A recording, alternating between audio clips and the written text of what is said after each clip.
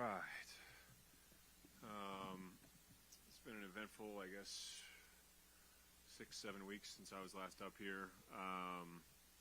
I think that the first thing I want to do is, commend the Oklahoma City Thunder in the series that we played against them with some very high-level basketball. And I think that they put together a heck of a squad. Clay, Sam, Mark run a heck of an organization. So they're going to be a force to be reckoned with both now and in the future for sure. Since I was last up here, like I said, a lot has transpired. Very proud of the group and the way they came together over the last 6 weeks or so. I think that there was perhaps some confusion and some doubt around the decision making, and especially the timing of it, which I completely understand. But I am very proud of the way the group came together in some very difficult circumstances, and I am proud to say I thought we squeezed a little more out of the season than the direction that we were headed 6 weeks ago. But when you have the roster that we have, anything outside of a championship is, not acceptable. And we're going to get to work on addressing the issues that we think that we're facing as a squad, as a team, as an organization. I think that some of those, the issues that we're facing need to be examined very, very carefully, thought through very, very extensively. But I also think some of them don't need to be overthought. It's a very difficult balance that I've kind of come to in my own mind, which says don't overthink it, but don't underthink it.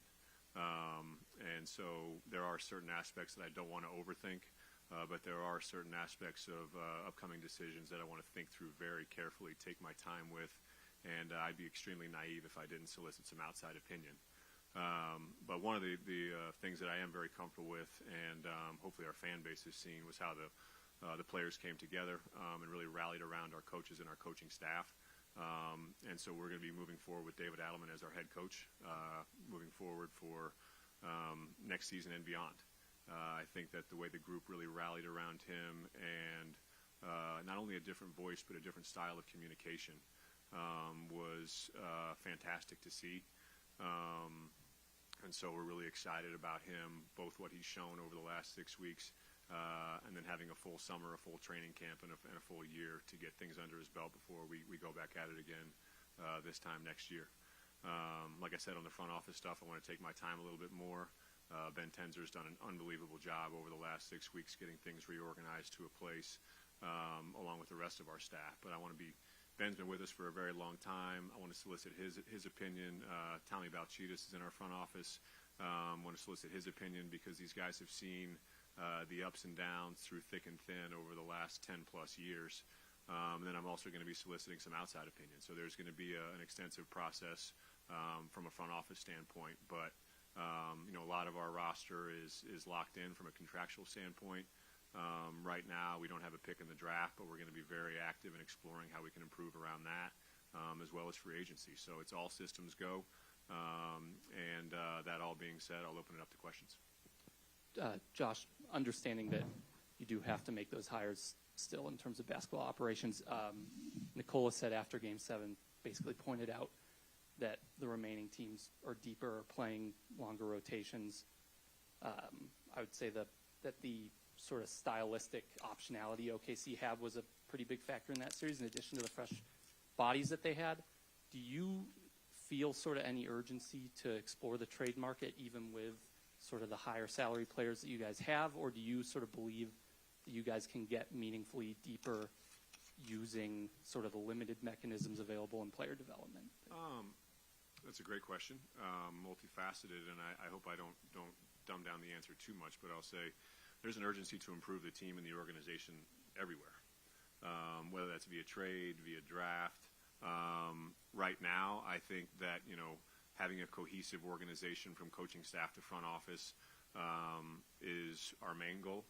I think that, first of all, I heard Jokic's comments loud and clear. I think that I was thinking that before those words came out of his mouth, just in how the playoffs have, if you're watching the games, you can see yourself, as well as watching our games, you can see where we leaned on a lot of guys for a lot of minutes in big-time moments. And that has a cumulative effect that when you're playing 7-game series, that can wear you down.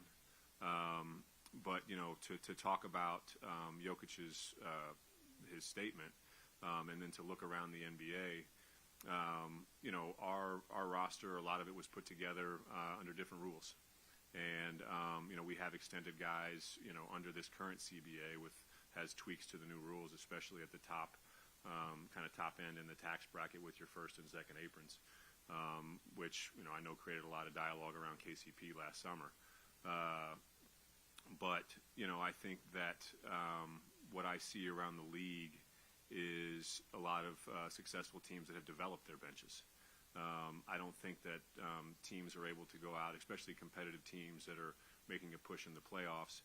The rules don't allow certain exceptions to exist anymore in the same way they did previously for you to go out and get a veteran player and kind of a plug-and-play bench-type player.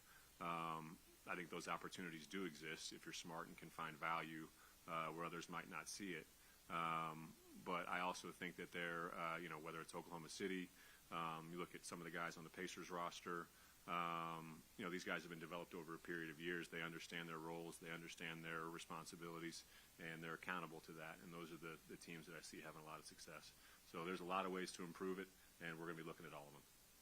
Josh, two unrelated questions here. First, I think that one of the central questions is how close do you feel the team is? That informs directions here. You went to 7 games with a 68-win team, but it took 7 in the first round and only 50 wins in the regular season. So how close do you feel the team is?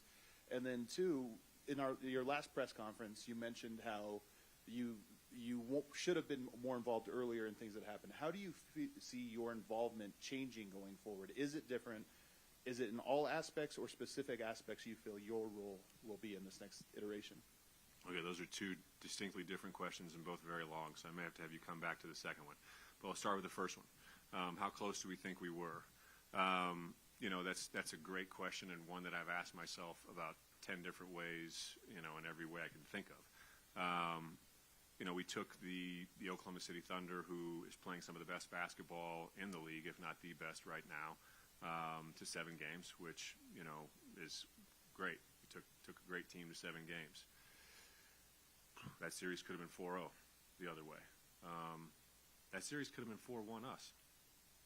I don't think we lost Game 7 during Game 7. I thought we lost Game 7 during Games 4 and 5. These series are very fragile things, and they come down to little moments in time and, certain actions over the course of a few minute span in games. And so while I think we were close in some ways, I don't think it would have been I don't think it was a 4-0 sweep for Oklahoma City, and I don't think it was a 4-1, and that's where the series wound up. So to answer your question, we're close, but I don't want to be naive in thinking of how close we are, but I don't want to underestimate how close we were either. Thinking back to the first round, we're an Aaron Gordon tip dunk away from perhaps coming back here down 3-1. And then what does that series look like? Do we even have the opportunity to go out and try and chase a team as great as the Thunder? So there's lots of ways to kind of weigh how close we are. But I think that as a group, we feel confident that we can go toe-to-toe with a lot of teams around the league. And now we're going to get to work seeing about how we can go toe-to-toe and then overtake them. What was your second question? My role. I think, as I said when I was up here last time 6 weeks ago, I think I need to be very hands-off in the transition a couple years ago. Well, we won the championship in the wake of the championship. When you shoot for a goal over a 10-year span and then all of a sudden you achieve, that's kind of what occurred over a period of time. Was you had some people that were very set in beliefs about how we got to a certain point, and we reached the pinnacle. And then how do you turn that page and find success after that when you have rules changing around you and certain preferences for certain players? And that's where I think I can help come in and provide a larger organizational, vision of where we are and what I refer to as the 1, the 3, and the 5 is, what are our goals for the next 12 months? What are our goals for the next 3 years? And then how does that fit in a 5-year window to win the whole thing?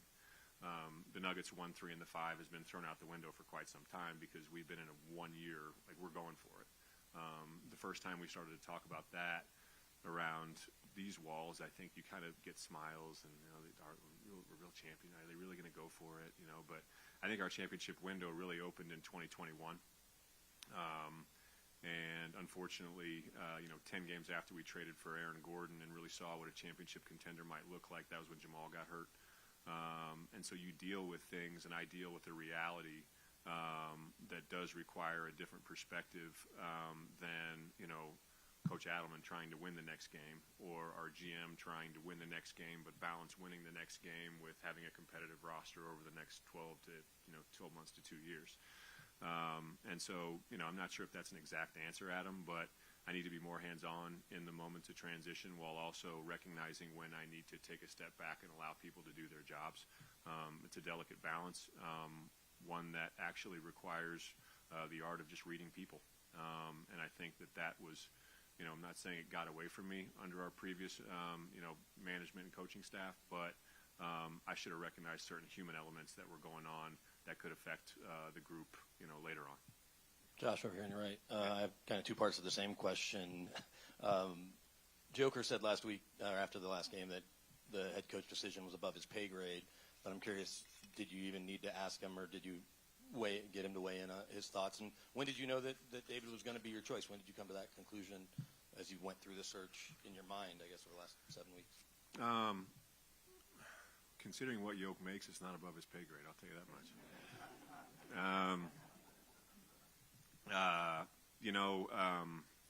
Part of the thinking of making a change when we made it was to give David a chance. I've known DA since he arrived here in 2017 or 2018, and he's been on our staff. He's grown with the group, and he understands their tendencies as players. But I think equally as important right now with where we are in our organization cycle is he knows them as people, what makes them tick. And I think, bringing in somebody from the outside, while I was very open-minded to it initially, I saw the cohesiveness of the relationships on the human side. And I think that's a big factor in where we're heading with this group now and getting the most out of them.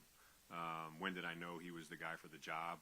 I'm not sure there was a sharp moment in time, but DA has I'm not sure what his exact, maybe he was our associate head coach. I'm not 100% certain, but he's been our lead assistant for a number of years. He's been on the radar for the rest of the league for a number of years as a potential head coach. And, as he stepped into that role, I knew that he was probably more ready than people probably thought. But to say, David went above and beyond where I thought that he would be. I knew he'd be a great communicator and in some of the ways that we needed a different message hitting some of the players in the locker room. But, before and after games, not to generalize too much, but interacting with the media before and after, I appreciated how candid he was in his ability to communicate, because I think, that is a key element of today's world and professional sports in general. And I thought that he's able to thread the needle between challenging people with direct communication while also encouraging them almost at the same time. And accountability was a key message of our last 6 weeks, and for sure I think that was a key thing that he kept at the front of his mind as he was trying to battle some of the best coaching staffs and teams in the league, was just holding guys accountable. And that seems like a simple principle, but stepping into that on the fly was very difficult, and I thought that he did that admirably. Josh, because of the standard you've created and you won a championship, anytime this team now doesn't win a championship, it's considered that another prime year of Jokic has been wasted. How does that land with you as you're trying to weigh the urgency of winning year to year in that vision? Absolutely. And you talked about the bench maybe not being able to get a veteran. How does Coach Adelman figure into that, the draft and development piece, if that's going to be a big part of creating depth that's clearly necessary? Yeah, I think that, we're going to get into some of those conversations. The first thing I wanted to do in the wake of losing on Sunday was just give everybody a couple days off and kind of refresh their minds and their bodies a little bit. But yeah, I think that, organizationally, DA is going to have a lot of thought in those type of moments, conversations, decisions, and how it plays out. Because, what I say and what I learned from some very smart men a long time ago around professional sports is like, the head coach's job is to win the next game. And, there's organizational context about building towards something greater, but when it really boils down to it, the head coach's job is to win the next game, and that's where it becomes difficult. Balancing the development of a younger player, giving him minutes, letting him play through mistakes, with winning. And that's a very difficult thing that, I think every coach struggles with, and it's something that DA, myself, and our front office are really going to have to put our heads together about, because letting guys play through mistakes is a big part of development, and that doesn't necessarily match up with trying to contend every night. So how do we strike that balance to achieve our maximum ability come mid-April? I think that's the main goal of the organization is how do we strike the balance between developing players, winning games, getting where we need to be come next April to be hitting on all cylinders with a rotation of perhaps 8-9 guys that can really give us minutes and know their roles and hold them accountable in that.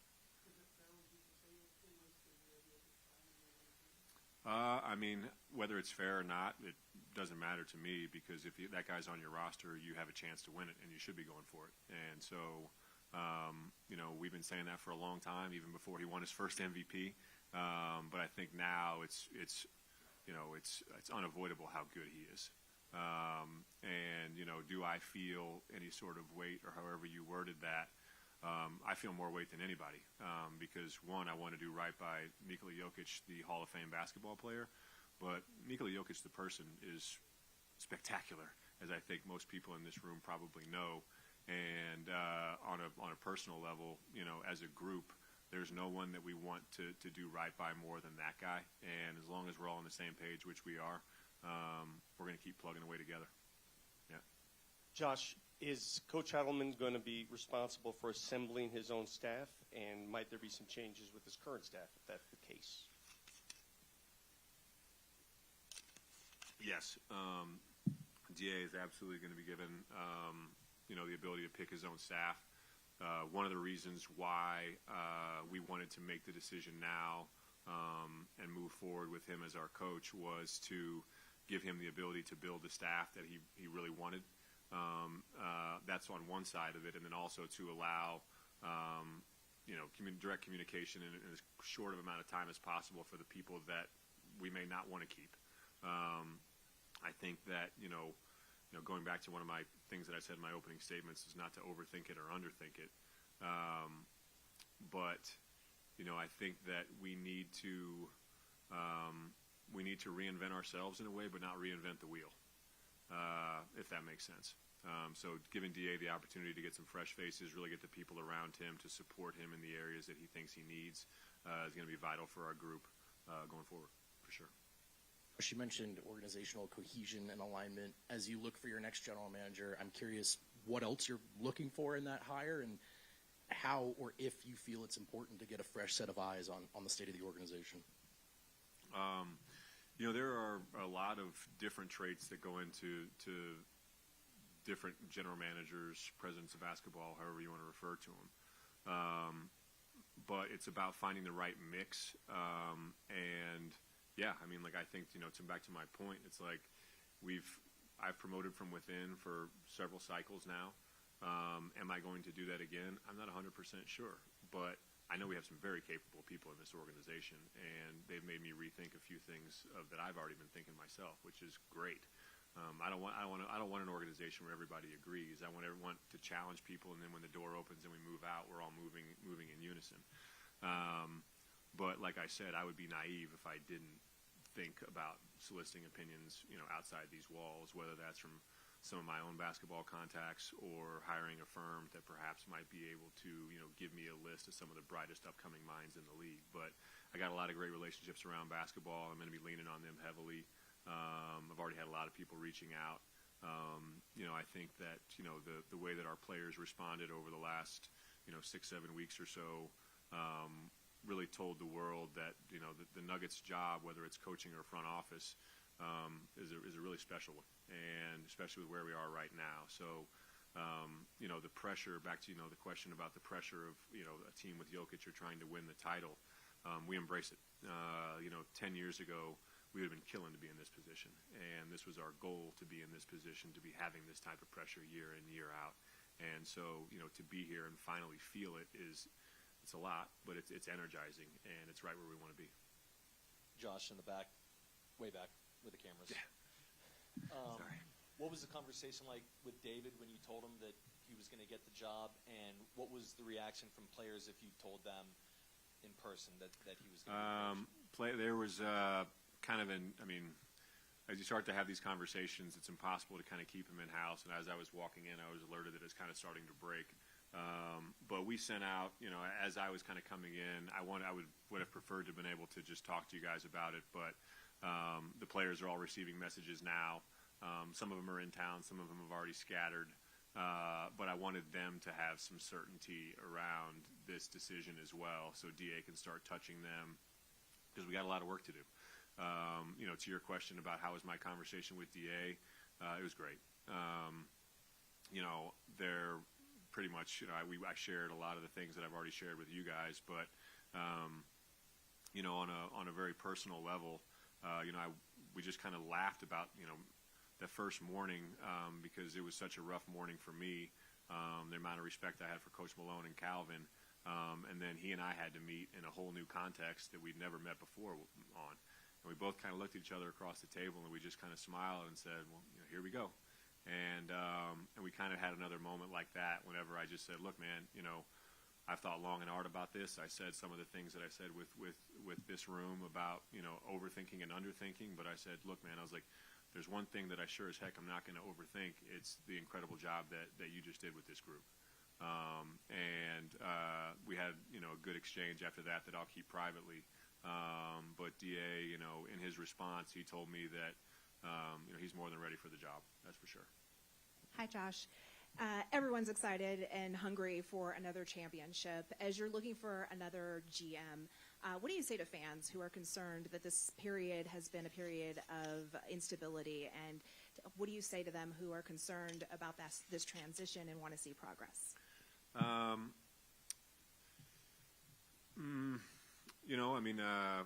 just stick with us. Hopefully these are the same fans that have been with us for the last, lot longer than just the last few years. So they've been on a lot wilder of a ride than just, bouncing out in the second round. But from an instability standpoint, that's why I made the decision that I did before the playoffs.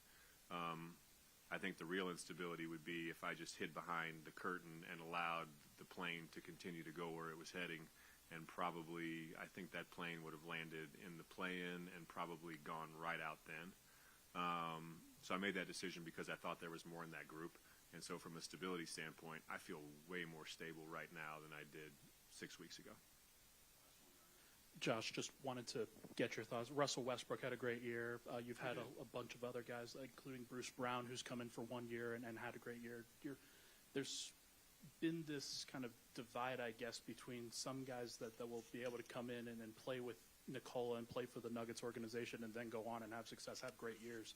Why do you think it has taken some guys in the league a little bit longer to embrace that, and do you think you guys can recruit some more free agents during this offseason with limited resources? No, I think it's definitely a big part of our pitch, and it has been for a few years. It's not like we broadcast that out, but yeah, in a nutshell, if you're a certain type of player with a certain type of skill set, I think, if you come play next to Yoke, you're going to look pretty good. And that pretty good might result in you getting paid pretty high. And so there have been a few of those. And it's part of our pitch. And it's also going to be part of our pitch to some of our young guys with certain roles as they're growing and developing. Playing next to that guy is a privilege, but we also have wonderful players throughout our roster. And I'm going to be challenging them, as a whole and individually this summer, because we have, from what I saw, over the last couple of weeks, those guys should be hungrier than ever, because they should see it right in front of their face how close we can come if we're all moving in unison and playing our game. I'm not sure if that actually answers your question at all. And if not, please follow up. But yeah, I mean, I think that, we're looking at everything right now, and it's exciting for me, for sure. Yeah. Go ahead. No, just the idea that I guess that you have such limited resources heading into the offseason. Yeah. No, I think to answer your question maybe a little more pointed, I think a lot of our answers are internal right now. With where we are from a roster standpoint, we have guys locked into contracts. We're going into a coaching transition. And to be frank, that's a huge change. Huge change.